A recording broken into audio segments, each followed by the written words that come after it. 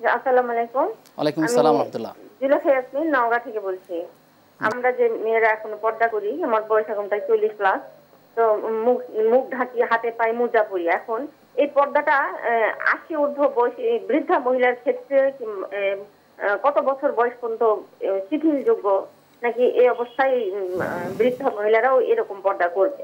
শেখ, আমাদের হাতে যে প্রশ্ন এসেছে, আমাদের নওগাঁ থেকে বোন জানতে চেয়েছিলেন যে মেয়েদের পর্দা এখানে যে আপনি বৃদ্ধ মানুষের সাথে তার পার্থক্যটা কোথায়। বোন যেটি বলেছেন সেটি শরীয়তেরই কথা, যে পর্দা মেয়েরা সাবালক হওয়ার সঙ্গে সঙ্গে ফরজ হলো, সেটি 11 বছর 12 বছর যাই হোক, মানে তার নারীত্বের কোনো প্রকাশ ঘটলে, পরিবর্তন ঘটলে এটি চলতে থাকবে আরেকবার সিন্নে আইয়াস পর্যন্ত। সিন্নে আইয়াস হলো নারীদের যখন মাসিক ঋতু বন্ধ হয়ে যাবে, তো সেটির ক্ষেত্রে আপনি যে বলেছেন যে বয়োবৃদ্ধদের জন্য, যে সেটি যদি 55 হয় বা 60 বছর হয়, তখন সেই নারীদের পর্দা কিছু শিথিলযোগ্য। অর্থাৎ আপনি যেটা বলেছেন যে হাত মোজা, পা মোজা বা চেহারা এত ঢেকে না রাখলেও চলবে, এই আর কি। তো আমাদের দেশে আসলে এই জিনিসটা উল্টোই দেখা যায় অনেক সময়। সেটি হচ্ছে যে হলো যে উল্টো হওয়ার কারণ কি, ওই আমাদের শেষ বয়সে আমরা ধার্মিক হই, এজন্য দেখা যায় যে দাদি নানিরা মনে করে কবরের কাছাকাছি গিয়েছি, কখন আজরাইল আসে, এই জন্য বোরকা পরে থাকে।